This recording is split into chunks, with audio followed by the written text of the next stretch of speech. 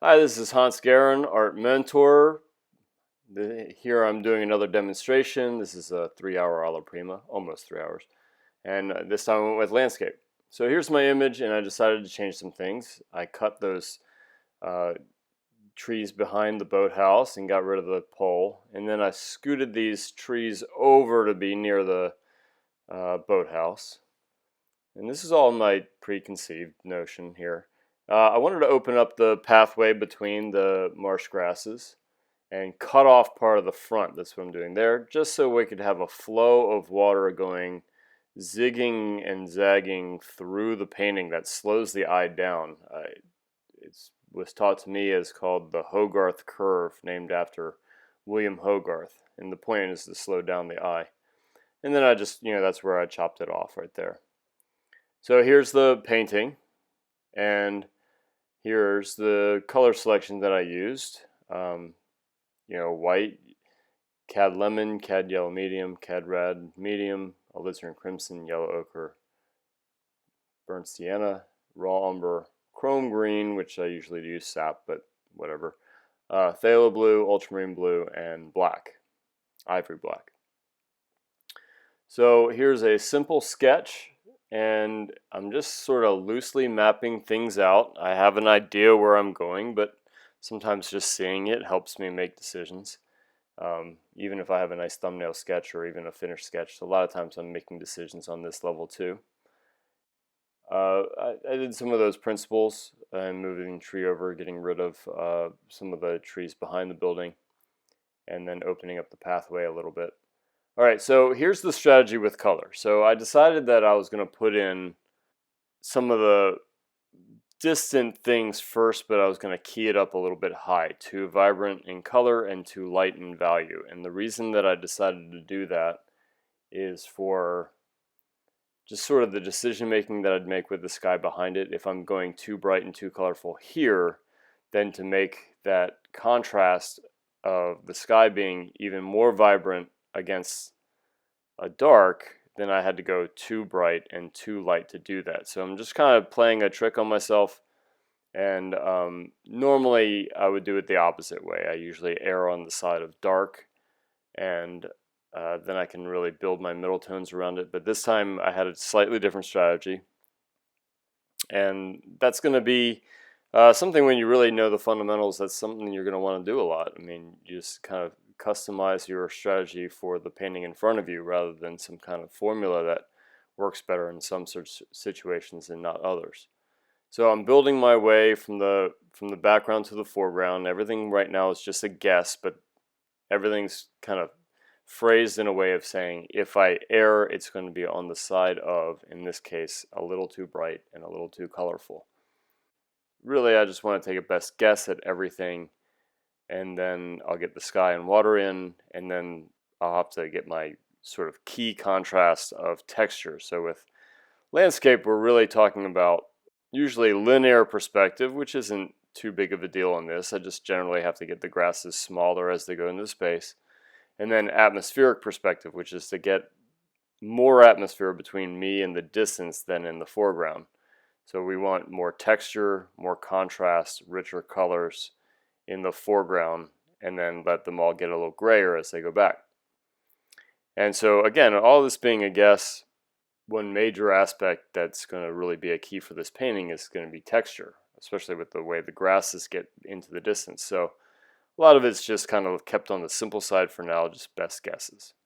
As we're blocking this in, I just wanted to point out that if you subscribe to my channel, you'll get to see many of my demonstrations, a lot of still lives and figures and portraits and animals, but also get notified for the live presentations where I invite you to watch and listen to what I'm saying as far as strategy and problem solving, but also just to chit chat, just have some art conversations and even more. I mean, we can talk about anything really. It's just I enjoy having people with me while I paint, and I try to keep it a little bit of an entertaining, and you can watch all the live videos on my channel, but join me live and be a part of the action.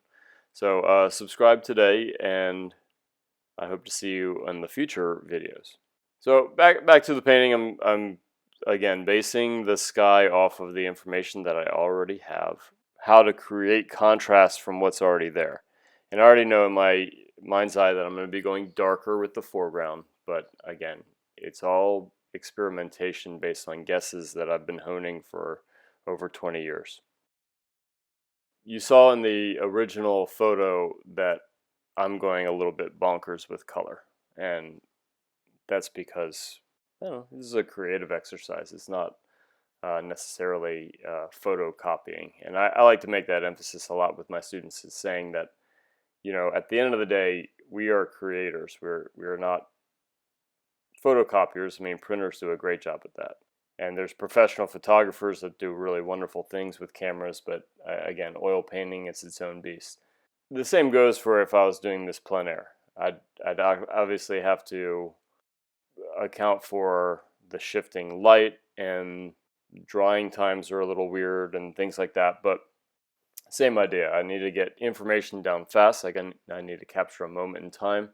But I'm also going to be making decisions based off of how I've kind of built experience over time, but also just everybody has made a lot of observations on landscape throughout their entire life.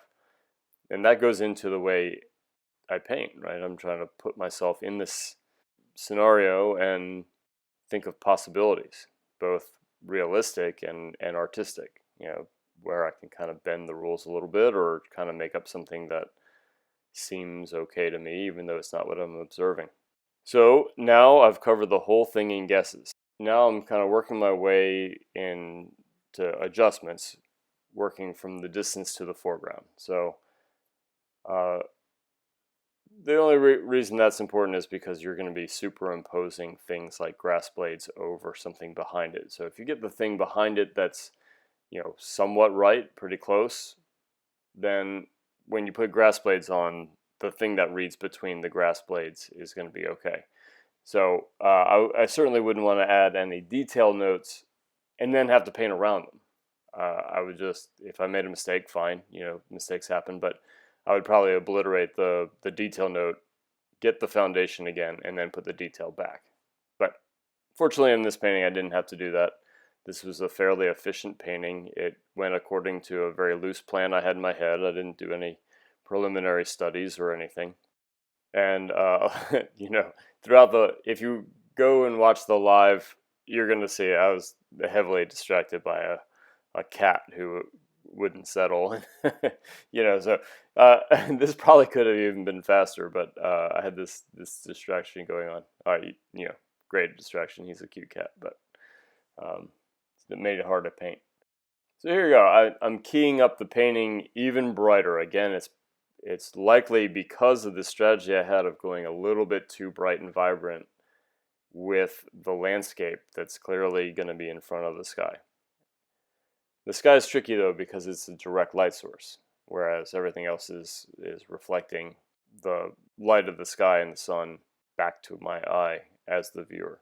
So now, again, working distance to foreground, I'm putting these trees over the sky now that I at least mostly like the sky.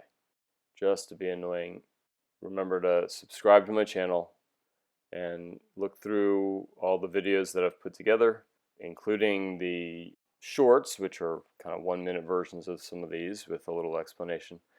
And then these are going to be anywhere from, you know, 15 to 20, 30 minutes. And then the full live version where you can see the entire process start to finish in real time. At least you can see the process, and when you get to a part you're interested in, I'm usually talking about the process and the problem solving. So here I'm readjusting the values to suit the sky. You can see I went darker with the boathouse, and now I'm putting a lot of that sort of yellowy, orangey light into the grasses and low trees. And that's not in the photo. Again, it's a creative decision to make this more of a, you know, sunrise, which I think it was the sun was rising behind me when I took this photo. I did this plein air long time ago, probably more than a decade ago, and this was the shot that I took while I was painting.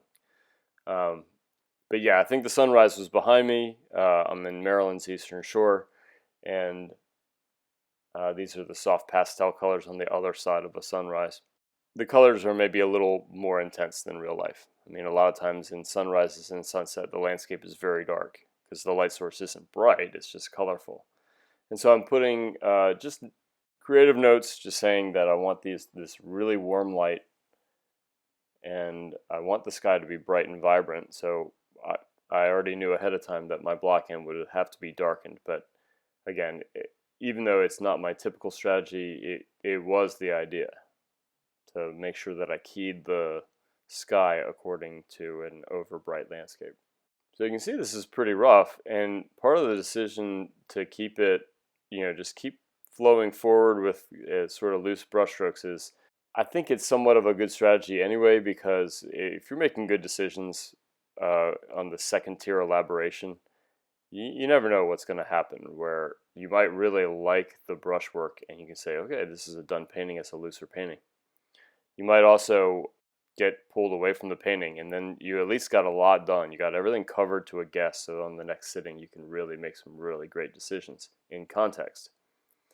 But this one had a bit more of a challenge in just anticipating the texture, because I didn't want to make major texture decisions until I got to that foreground.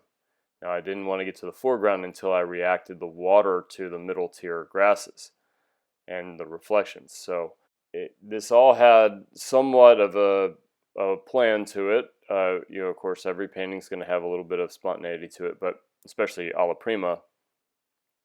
But in this case, I was really holding off on grass textures and things until I got that foreground in there, and I really strategically waited for that. But I remember at this stage, I liked how the contrasts were going. I mean, there's already been a few adjustments from, you try something and maybe I'd suggest something. But here you go. These are the textures in the foreground, and now that's going to be the basis for texture going back. Again, because of proximity, these grasses are going to be a bit choppier, a bit harder edged, a bit higher contrast, and I want all the little water notes to read in between these little dots of paint. I also did another thing really soon, and that's to start switching to oranges and reds in the grasses to show that there's a little bit of refracted light. So the light source being so warm is influencing the grasses. That light is bending around it and passing through individual leaves and stems and things. So now that I know where my texture, at least needs to diminish from that foreground, I know a better plan for how to get it right very directly. With multi-sitting paintings, you don't have to get it right the first time. You would just, glaze or, adjust things on the drawing level on a dry painting, and it's really easy to do that. But in Alla Prima, you really don't want to put in these texture notes and then wipe it out. I mean, you'd wipe out so much, it would make a big mess. So this really had to be a little bit direct, and you put it down and it's supposed to sit on top of wet paint. So I've got to put in paint that's thicker than the previous layer, and I really got to get it right. Again, that was the purpose behind the timing of everything. The photo did not have ripples in the water or anything. That was a little experiment that I felt like I wanted to do. And so just like before, there's a system here. I went from distance to foreground, and now I'm going from foreground to distance, superimposing textures over the wet paint underneath, just diminishing as I go. I could already tell at this point that my tree was maybe a little too textured, like it had a little bit too much going on compared to the foreground. Here are the distant trees. Now I'm way in the background. This is my most distant element. Well, I mean the sky behind it, but this little section is where it's the most distant. Gray trees. If you were right there in person, they'd be rich and vibrant and textured. But since they're so far back, they're grayed down by a lot of atmosphere. And this is a good place that, it could be done. And then it becomes the law of diminishing returns. Each new thing that I add is going to contribute less to the overall satisfaction of the painting. So it might be worth it. And then that's very personal too. So for me, as a Alla Prima sketch, I wanted to keep it around 3 hours, and there's just a little bit of a looseness that I wanted in this painting, but there's a lot of artists that would do it a lot more economically with bigger, choppier brushstrokes. And there's other artists still that would want to refine it a lot more than I'm doing here. So that diminishing returns is very personal in that pick a time where I'm saying, you know what, this painting is done. And that might be more or less for the next artist. All right, so I brought together the tree and I muted it down a little bit. It was too intense, it was too textured. I decided to put a backlight on the boathouse, so I'm really changing the lighting from what I would have seen in real life. Yeah, so these are just final touches. It's like, well, what does the painting need? So I wanted to make the sky super bright, and I wanted to give the clouds just a little bit of nuance, and then just finishing touches. The next thing I do, the reflections are maybe a little intense for my taste, and so I just wanted to bring them together a little bit and then put a more subtle version in. So that was just a little bit of a problem solved there. And then just a few more ripples in the water just to get it, just that feeling of proximity. Push the distance back, being smoother, and seeing a little bit of ripple work in the foreground. That water's never really still. There's a ton of bugs going on in there. There's just a little bit of movement to it. And then we get to one of my least favorite parts of the painting, signing. So this is attempt one. And I was like, maybe not there. Then just, I tried it twice. And then a little repair job. It was just such a busy area of the painting that my signature wasn't showing up all that well. There's attempt three. Just take a break from signatures for just a little while. Open up the water a little bit. Again, that was part of my original plan. And so here's attempt four, into the sky. It's like, works okay, I guess. It was very thick paint up there too, so putting the signature on precisely enough, wasn't feeling it. Gone. And attempt five. I think I left this one. Yeah. Good enough. It's not a rule to sign your paintings on the wet sitting. Alla Prima, it's certainly harder to do that.